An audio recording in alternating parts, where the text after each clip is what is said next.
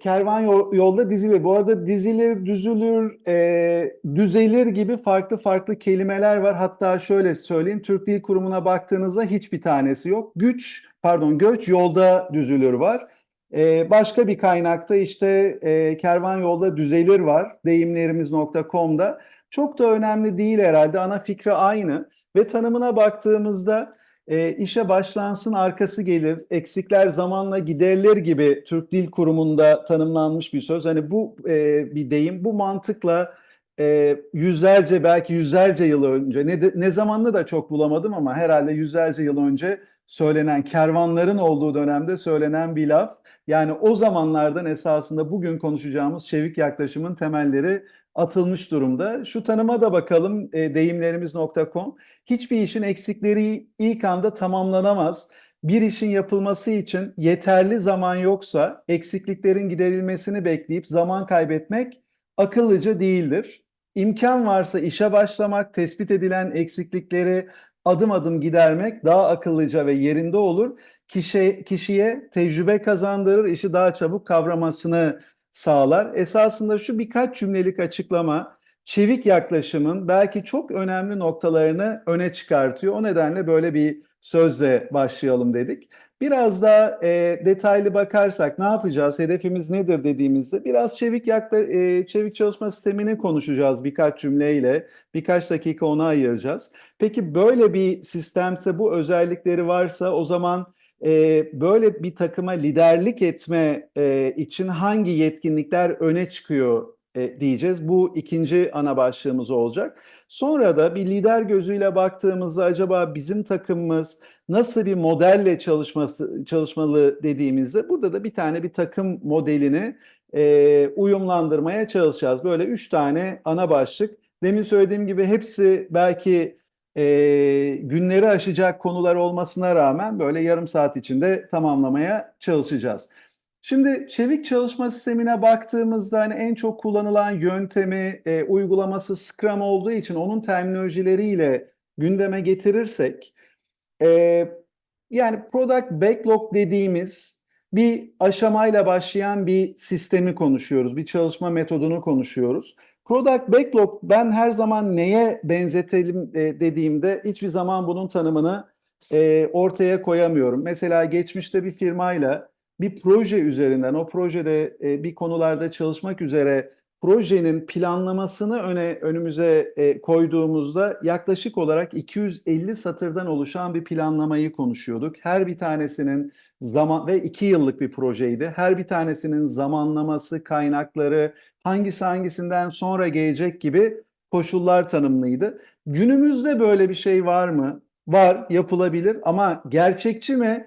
Günümüz VUCA dünyasında her şeyin belirsiz, muğlak ve değişken olduğu bir dünyada o planlamayı gerçekleştirmek mümkün değil. Dolayısıyla Product Backlog nereden çıkıyor dediğimiz zaman sonuçta ne bütün taskları, görevleri yazdığımız, ne aksiyonları yazdığımız, daha genel olarak böyle bir kervanın ulaşacağı yere kabaca nelerle karşılaşacağız, neler var? İşte tanımlanması gereken ögeler nelerdir? Belki belli aksiyonlar, belki kritik noktalar, gereksinimler nedir, özellikler nedir? Bunun bir parça, bir karar aşaması da değil. Yani bir beyin fırtınası misali tartışıldı. Yok o olur olmaz denen bir şey değil. Neden? Çünkü kervan yolda zaten düzeyecek. Onlar bize biraz böyle kabaca bir yolumuzu tarif edecek. Ve ondan sonra bu backlog bir kere yapıldıktan sonra esasında sprintler bazında yani kısa dönemler bazında çalışmayı konuşuyoruz. Ve bu biz her bir sprint nasıl başlıyor dediğimizde planlamayla başlıyor. Artık daha net bir şekilde biz bu sprintte neleri yapacağız? Bizim tasklarımız yani görevlerimiz nelerdir şeklinde tanımlayabileceğimiz bir planlama çalışması. Başka ne yapıyoruz? MVP dediğimiz bu yönteme, bu metodolojiye özgü bir kavram. Minimum Viable Product. Yani biz bu sprint sonunda hani sprintler gözümüzde canlanması anlamında 3 hafta ideal süre, 4 hafta oluyor, bazen 2 hafta oluyor. Dolayısıyla kısa dönemleri konuşuyoruz. Product Backlog'da bir stratejinin tamamlanması dediğimizde belki 2 senelik, 3 senelik, belki bir senelik bir hedefi, bir projeyi biz üçer haftalık dönemlere bölerek gidiyoruz. Neden? Çünkü her şey değişiyor olduğu için her 3 hafta sonrasında neredeyiz? Biz nasıl bir ürün geliştirdik burada MVP olarak tanımladığımız, müşteriye sunabileceğimiz nasıl bir ürün geliştirdik diye değerlendirerek, hep düzelterek, hep daha ileriye taşıyarak bir çalışma sistemini konuşuyoruz.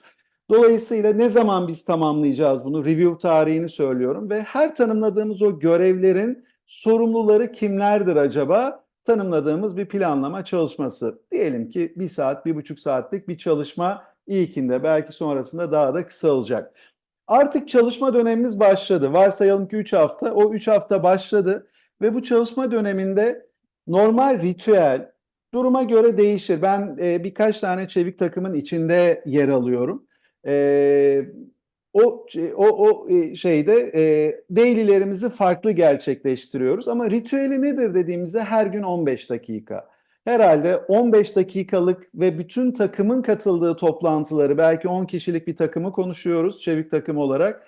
10 kişilik bir takımın 15 dakikalık toplantı yapması herhalde çok inandırıcı gelmiyor günümüz koşullarında. Bunu söylüyor. Neden? Çünkü tek konuşulan şey şu olacak dailylerde. Ne yaptım ben? Bir gün önce yaptığımızı düşünürsek ne yaptım? Ne yapacağım? Kaynak ihtiyacım varsa bunu söylüyorum. Yani düşünün ki herkesin günlük olarak yapılan işleri takip ettiği bir sistemi konuşuyoruz.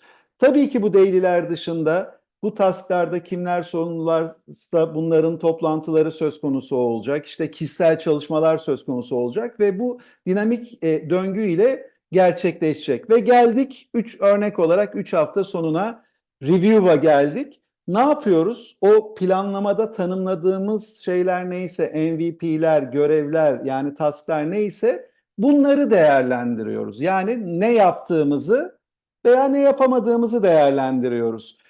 Burada dikkat ederseniz özellikle neyi vurguluyorum, nasıla girmeyeceğiz bu aşamada. Ve burada işte MVP çıktı mı çıkmadı mı, çıkan o MVP'nin ürünlerin değerlendirilmesi, taskların sunumu, onların değerlendirilmesi ve bu review takımlı olabilir, müşteriyi davet edebilirsiniz, başka paydaşları davet edebilirsiniz. Özelliği nedir? 3 hafta sonunda MVP'yi müşteriye sunuyoruz. Ben geçmişte eğitim amaçlı simülasyon programları yazdırırken ve işte firmalarla çalışırken yaklaşık 1,5 sene sonunda böyle artık sona yakın bir şey çıktığında ya ben şöyle bir şey istemiştim, yok onu söylemedin, söyledim söylemedin, artık bu aşamadan sonra katamayız gibi durumlarla çok karşılaştık. Zaten IT'de çok karşılaşılan bir durum.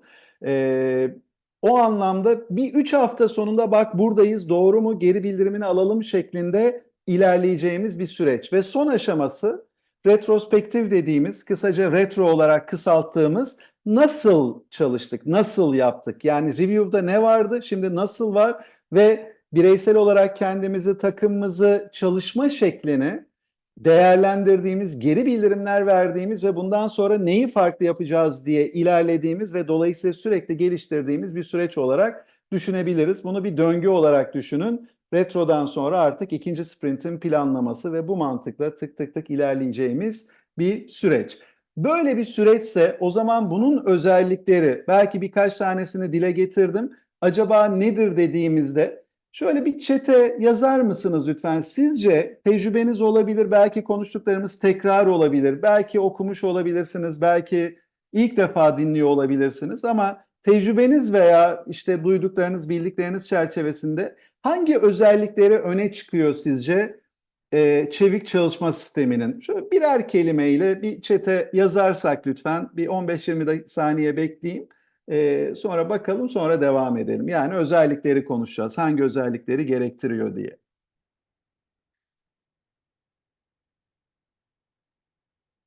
Açık iletişim, Simla Hanım'dan gelen, kesinlikle oldukça önemli bir özellik. Çünkü her gün 15 dakika konuşup da açık iletişimin olmadığı bir şey herhalde söz konusu olamaz ki, o sadece bir parçası. Dinamik kalabilme, aktif geri bildirimler, kesinlikle kesinlikle yani, ve bunlar hızlı ve kontrol edilebilir. Çözüm odaklı yaklaşım, zaman yönetimi, dengeli yük dağılımı hepsi çok çok önemli. Hani tecrübeye dayanan muhtemelen veya konuştuklarımızı yaptığınız yorumlar ilk defada tam doğru etkili iletişim ve bundan kaynaklı çalışma becerisi. Melisa belki o ilk defada hani o da belki gelişim konularından bir tanesi. Hani benim tecrübe ettiğim bir takımda bizzat üyesi, lideri olduğum bir takımda ilk defada olmayan şeyleri nasıl geliştiririz gibi de şey yapmaya çalışmıştık. Çok çok teşekkürler. Şimdi o gözle baktığımızda nedir dediğimizde şöyle hızlıca toparlarsak bir kere çevik yaklaşımın ortaya çıkışı, bunun bir e, hani bir yöntem olarak hani belki çığır açan bir yöntem olmasının nedeni müşteriyi ortaya alması, müşteri deneyimi odaklı olması.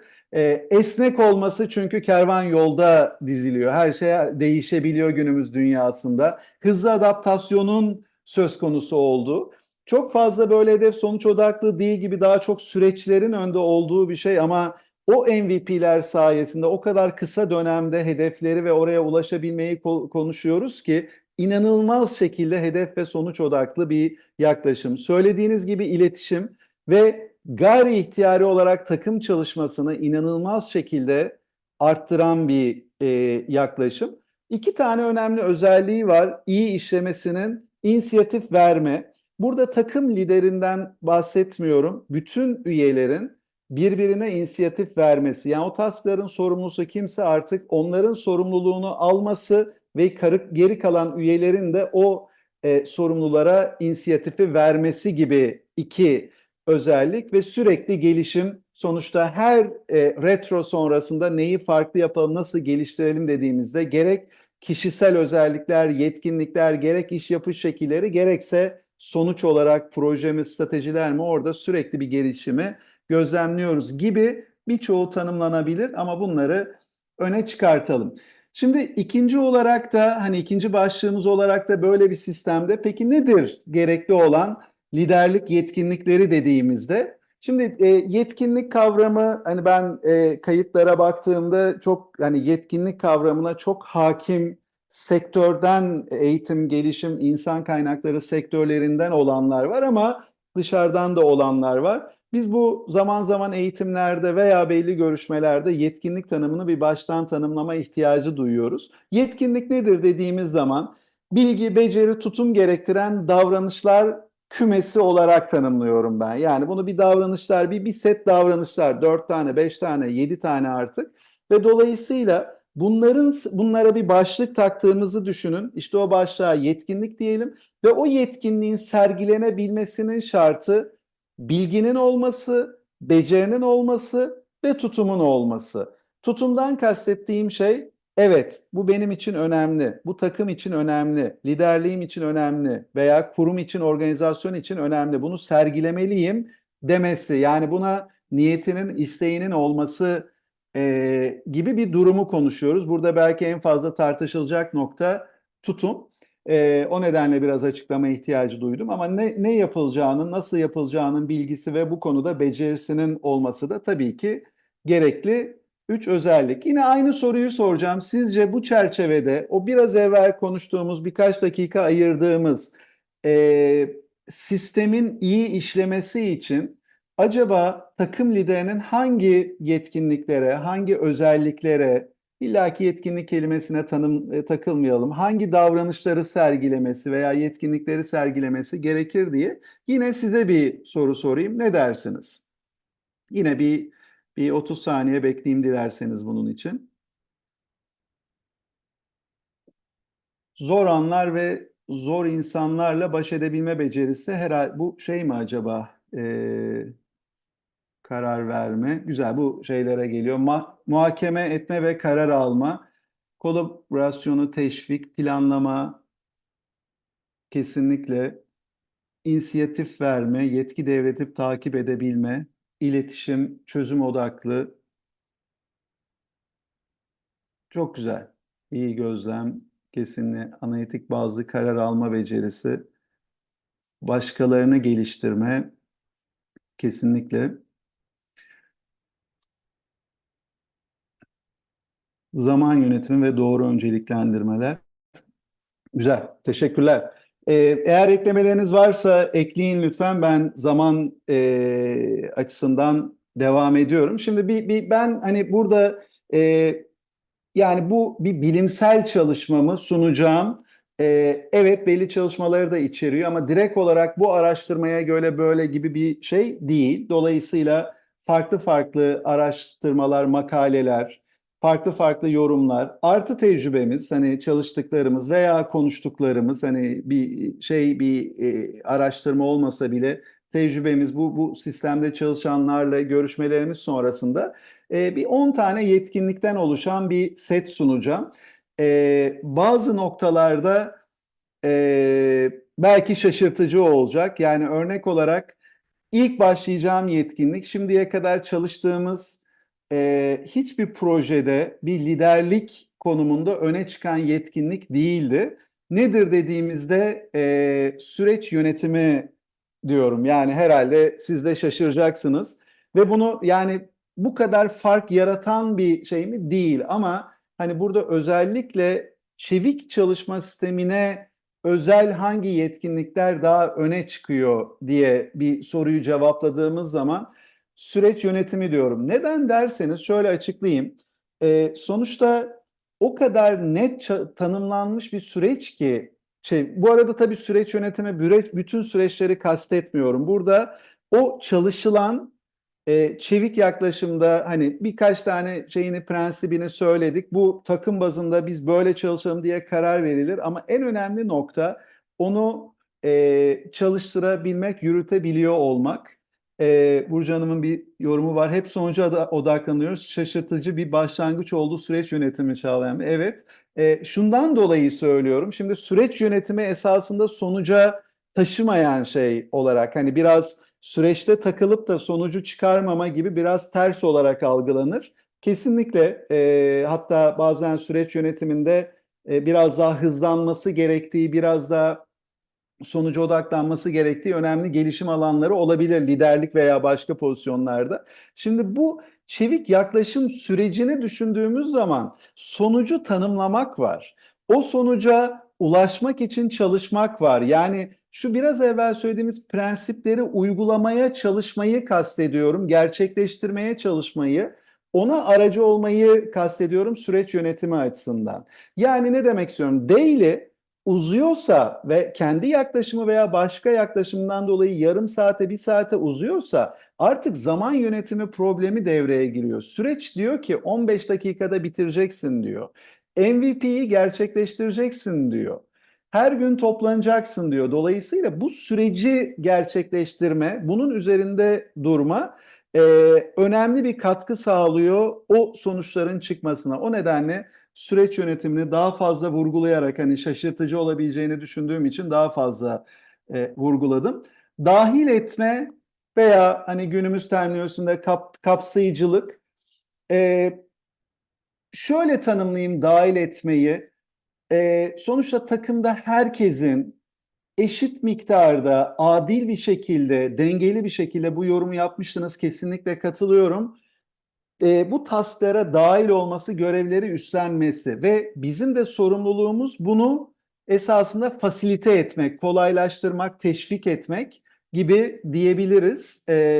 O anlamda mesela geçmişte veya hala liderlik diye şey aradığımızda e, hani ikonları filan aradığımızda web sitesinde ya böyle en önde giden bir kişi arkasında güruh olarak yürüyen insanlar veya tahterevan üzerinde birisi oturuyor onu taşıyorlar. Liderlik algısı buyken kesinlikle değil.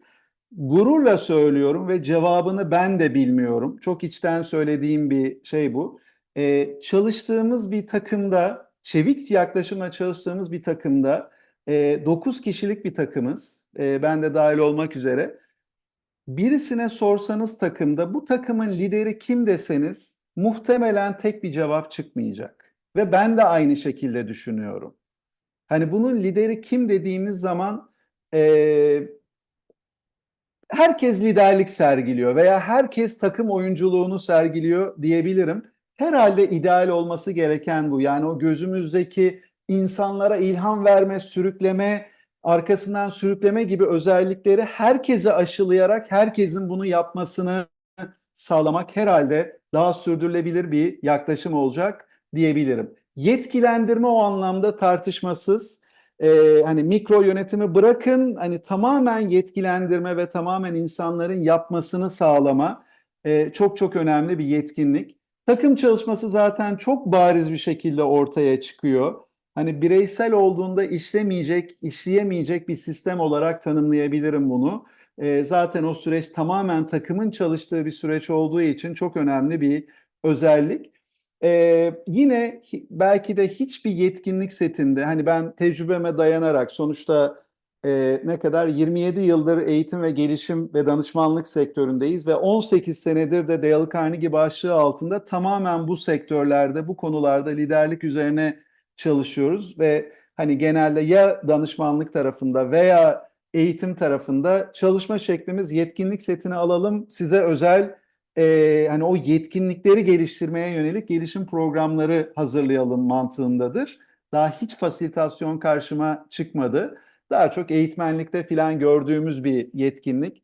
Çok önemli bir yetkinlik. Kolaylaştırıcılık. Yani insanların bana göre en öne geçen konulardan bir tanesi bütün takım üyelerinin görevlerini yerine getirmesine kolaylaştırıcılık yapma. İletişim mi? İletişimi geliştirmeye kolaylaştırıcılık. Yani en önemli yetkinlik. Tabii ki bunun davranışlarının iyi tanımlanması gerekiyor. Örnek olarak kararı masaya vurarak budur değil, belki bir yöntemle hadi beraber karar verelim noktasında. Mesela yetkinliklerde çok şey yaptığım, çok dikkatimi çeken noktalardan bir tanesi birkaç kişinin gerekli yetkinliklerde karar vermeyi öne çıkartıyor olması. Ben mesela bu geri kalan beşte de karar vermeyi görmeyeceksiniz. Neden? Çünkü bu yetkinlikleri güzel bir şekilde işlediğimizde takım kendisi için, şirketi için en güzel, en doğru kararı zaten verecektir. Yani o güzel, etkili kararlar bu çalışma sisteminin sonucu olarak görüyorum. Belki karar vermeyi fasilite etme, yine fasilitasyona bağlayacağım bir yetkinlik. Bir diğeri kırılganlık. Yani son zamanlarda gündeme gelen çok önemli bir yetkinlik. Hatta bizim eğitimlerde, liderlik eğitimlerinde en fazla itiraz aldığımız bir yetkinlik. Nasıl yani? Hatam varsa hatamı ortaya mı koyacağım? Peki yani güvenilirliğim sarsılmaz mı? Nasıl özür mü dileyeceğim veya yardım mı isteyeceğim? Nasıl ya? Ben kendi ekibimde bana bağlı birisinden nasıl yardım isteyeceğim, destek isteyeceğim? İnanır mısınız? Sonuçta güvenilirliği arttıran en önemli noktalardan bir tanesi. İçten olmak. Çünkü eğer ki bir hatamız varsa bunu gizlemeye çalışıyorsak o zaman B planları devreye giriyor bunu kapatmak için. O açıklıkla, o özgüvenle burada bana destek olun diyebiliyorsak, ya ben bunu nasıl iyi yaptım, nasıl kötü yaptım, bana ne olur bir geri bildirim verir misin? Daha iyi yapmak istiyorum, bu sistemin daha işlemesini istiyorum dediğimizde etkisi inanılmaz olacak. Zorlayıcı bir kültürümüz nedeniyle, alışkanlıklarımız nedeniyle ama önemli bir yetkinlik. Konuştuk, geri bildirim isteme dedik. Yani bunu belki yine genel çalışma kültürü nedeniyle çok alıştığımız bir şey olmadığı için çok az kurumda gördüm bu geri bildirim isteme tarafını ve dolayısıyla verme tarafının e, e, hani önde olduğunu veya kuvvetli olduğunu. Lider belki burada işte liderlik ve fasilitasyon yapabilir, kolaylaştırabilir, geri bildirim isteyerek. Hani daha derine girdiğimizde kullandığımız, tavsiye ettiğimiz başka bir benzer yetkinlik var. İleri bildirim. İleriye bakarak neyi, şu hedefe yönelik, bu davranışa yönelik ne yapmalıyım ki daha iyi olsun gibi bir soru. Yani çizgiyi çekiyoruz, geçmişi unutuyoruz, ileriye yönelik bana ileri bildirim verir misin diyorum. Aynı şekilde sınıflandırıyorum. Esneklik tartışmasız, hani bu kadar değişim varsa ya başta biz bu hedefi koyduk veya bunları tanımladık olmaz etmez değil. Her şeyin değiştiği dünyada o sprint içinde de o sprintin sonunda da yeni sprintlerde de mutlaka değişimler söz konusu olacak. Olmaması mümkün değil. Böyle bir dünya yok. O zaman bizim esnekliğimizle, bizim adaptasyonumuzla başlıyor ki takıma da rol model olalım ve bu yaklaşımı benimsetelim. Gelişim zihniyetini birkaç cümleyle açıklamak gerekirse, sonuçta genelde kurum kültürlerine baktığımızda iki sistemden bir tanesi daha hakim oluyor. Bir tanesi performans kültürü. Yani başarının alkışlandığı ve başarısızlığın cezalandırıldığı bir sistemi konuşuyoruz. En azından ödül verilmediği bir sistemi konuşuyoruz. Gelişim zihniyeti ikinci boyutu. Az firmada gördüğümüz ama o gelişime hedeflenen şeyde başarı tabii ki alkışlanacak ama gelişim de alkışlanacak ve başarısızlık cezalandırılmayacak. Nasıl geliştirebiliriz şeklinde masaya yatırılacak. Tam çevik yaklaşımın retrolar desteğiyle uygulaması gereken bir yaklaşım ve koçluk yaklaşımı. Sonuncusu koçluk demiyorum. Koçluk demiyorum çünkü birebir koçluğu adapte edebilmek tabii ki edebiliriz ama koçluk yaklaşımının mantığı nedir? Veya metodolojisi veya felsefesi nedir? İnsanların içindeki potansiyeli çıkarmasına aracı olmak, yardımcı olmak ve bu sayede daha iyi performans sergilemesi. Bu yaklaşımla ve dolayısıyla o kişiyi daha çok düşündürerek, daha çok sorular sorarak bu potansiyeli e, keşfetmesi söz konusu olacak. Dolayısıyla bunu kastediyorum koçluk yaklaşımda. Tabii ki zaman zaman mentorluk da devreye girecek. Ama önemli olan kim nasıl gelişir, daha iyi yapar, potansiyelini ortaya çıkartır yaklaşımını sergilemek. Bunun da tabii ki davranışları tanımlanması gerekir. Yani farklı şeyler vardı. Böyle bir bakış açısıyla aktarmak istedim. Hani tekrar vurguluyorum. Öne çıkan, biraz daha önem kazanan yetkinlikler nedir dediğimizde bu 10 tanesini aktarabilirim. Son aşamasına, son bölümümüze geldiğimizde peki o zaman düşünün ki tamam ben bu yetkinlikleri sergileyeceğim. Böyle bir takım liderliği ortaya koymaya çalışacağım.